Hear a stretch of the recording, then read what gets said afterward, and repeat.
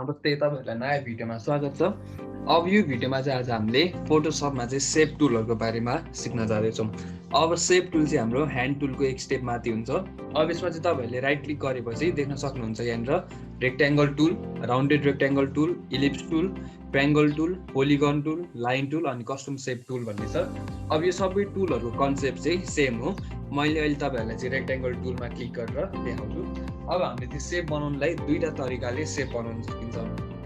एउटा चाहिँ हामीले हाम्रो यो क्यानभासमा क्लिक गरेर यसको विड्थ र हाइट सेलेक्ट गरेर गर्न मिल्ने भयो। अब मैले चाहिँ विड्थलाई मेरो 100 राख्थेँ अनि हाइटलाई चाहिँ मैले 100 पिक्सल राखेर र विड्थलाई चाहिँ अहिले 500 राखिदिन्छु अनि ओके गरे भने के भयो त यहाँनिर तपाईहरुले देख्न सक्नुहुन्छ 500 पिक्सल वाइड अनि त्यसपछि 100 पिक्सल हाइट भएको चाहिँ एउटा रेक्ट्याङ्गल बन्यो।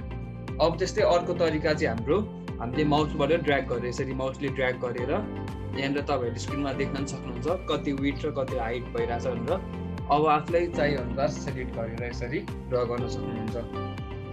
अब सेप ड्र गर्ने बित्तिकै यस्तो खाले प्रोपर्टिजको प्यानल देख्न सक्नुहुन्छ साइडमा। यसले चाहिँ हाम्रो सेपको प्रोपर्टीहरु चाहिँ डिफाइन गरेको हुन्छ। जस्तै यो सेपको हाइट कति छ, यो सेपको विड्थ कति छ, त्यस्तै अब यसको एंगल कति छ। अब यतापट्टि फ्लिप होरिजेन्टल अनि फ्लिप भर्टिकल छ। फ्लिप होरिजेन्टलले के गरिदिन्छ त यो साइडलाई यतापट्टि फ्लिप गरिदिनु भयो, यो साइडलाई चाहिँ यतापट्टि फ्लिप गरिदिन्छ। त्यस्तै फ्लिप भर्टिकलले चाहिँ के गरिदिनु भयो त ठ्याक्क अपोजिट गरिदिन्छ, माथिदेखि तल, तलदेखि माथि फ्लिप गरिदिनु भयो। अहिले म तपाईहरुलाई चाहिँ फ्लिप गरेर पनि देखाइदिन्छु।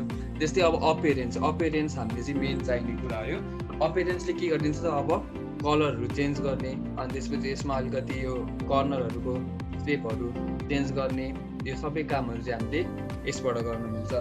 अब मैले फिल भन्ने चाहिँ हाम्रो कलर भयो। अब कलर चेन्ज गर्नु पर्यो भने चाहिँ यहाँ माथि सेपको टुल सेलेक्ट गरेको बेला यो अप्सनहरु देख्न सक्नुहुन्छ।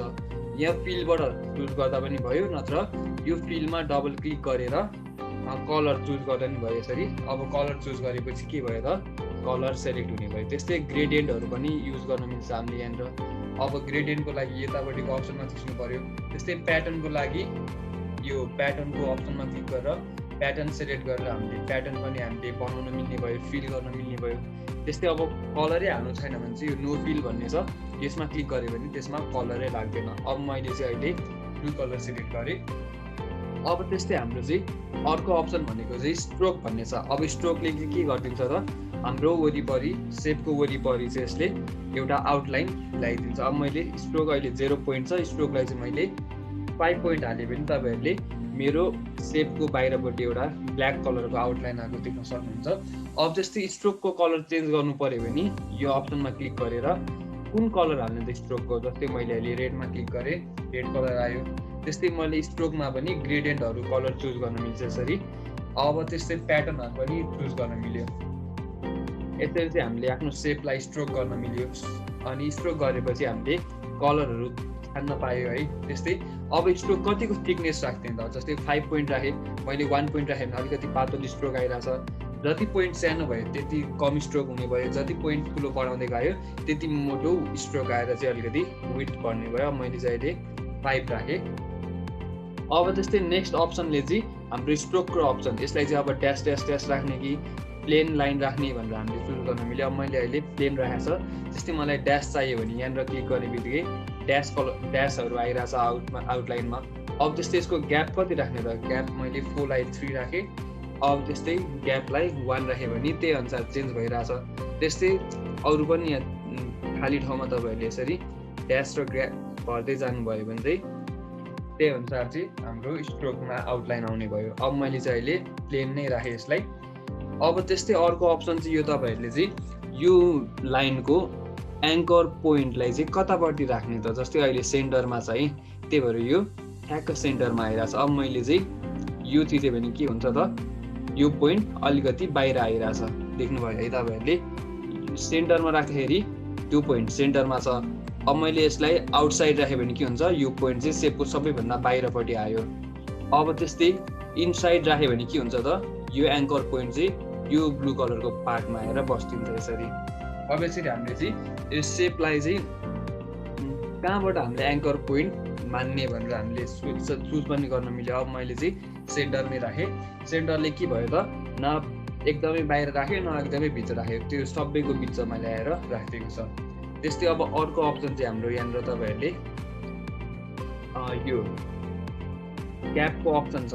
अब क्यापमा चाहिँ हाम्रो कस्तो खाले क्याप राख्ने, जस्तै लाइन छ भने चाहिँ लाइनको एन्डमा कस्तो खाले क्याप दिने, जस्तै राउन्ड दिने कि अब फ्ल्याट दिने भन्ने हुन्छ। त्यस्तै यसमा चाहिँ अलिकति बाहिर छ यो फ्ल्याटमा, अनि यसमा चाहिँ अलिकति भित्र छ है। यो चाहिँ लाइनको अप्सनमा भयो। त्यस्तै जोइन्ट भनेको छ, यो चाहिँ जोइन्टको लागि।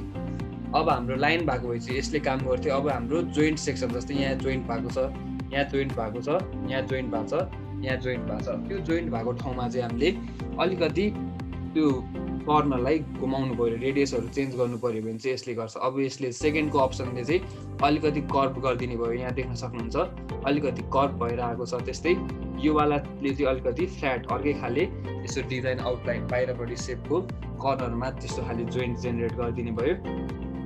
अब त्यस्तै यहाँनिर तपाईँहरूले चाहिँ रेडियस दिने, कर्नरको रेडियस कति राख्ने भन्ने छ अप्सन। अब यो चेनले चाहिँ के गरिदिन्छ त सबै भ्यालु बराबर राख्नलाई हेल्प गर्छ। अब यहाँनिर अहिले 0 छ, मैले 5 हालेँ भने इन्टर गरेपछि सबैमा 5 लाग्छ, अनि सबैको कर्नरमा के भयो त 5 को रेडियस आइरहेछ।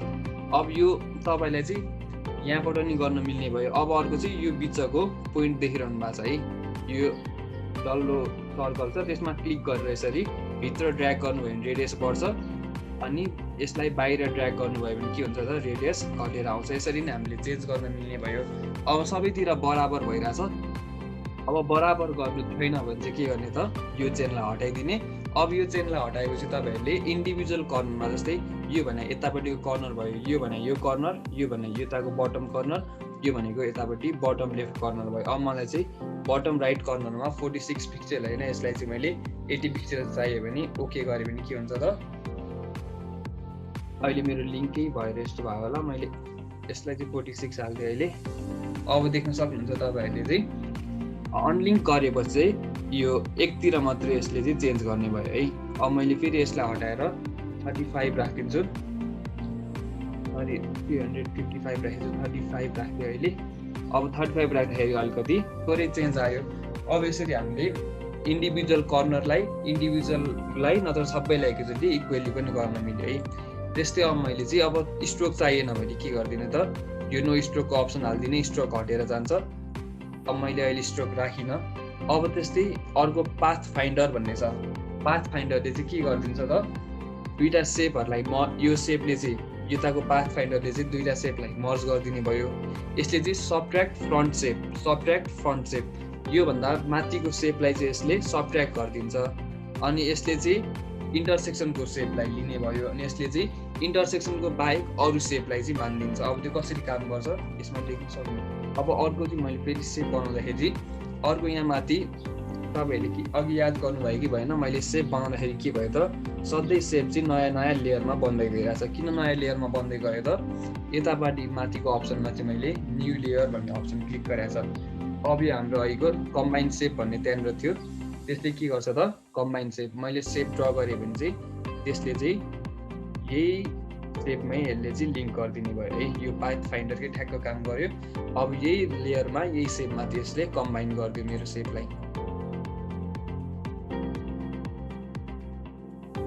अब मैले यसरी गरेँ भने यही लेयरभित्र त्यो दुईवटा सेप यसरी कम्बाइन भएर आयो। अब मैले यसलाई अहिले डिलिट गरिदिएँ, फेरि नयाँ सेप क्रिएट गरेँ।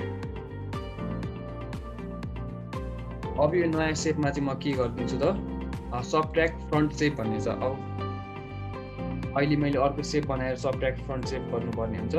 अब यसमा चाहिँ मैले एउटा सेप बनाएँ, अनि सबट्र्याक्ट फ्रन्ट सेप राख्दाखेरि के भयो त माथिपट्टि भएको सेपलाई चाहिँ यसले हटाइदियो यसरी है, सबट्र्याक्ट गर्यो, अनि त्योबाट बाँकी भएको अरू सेप चाहिँ यसलाई हाम्रो स्क्रिनमा देखिरहेछ।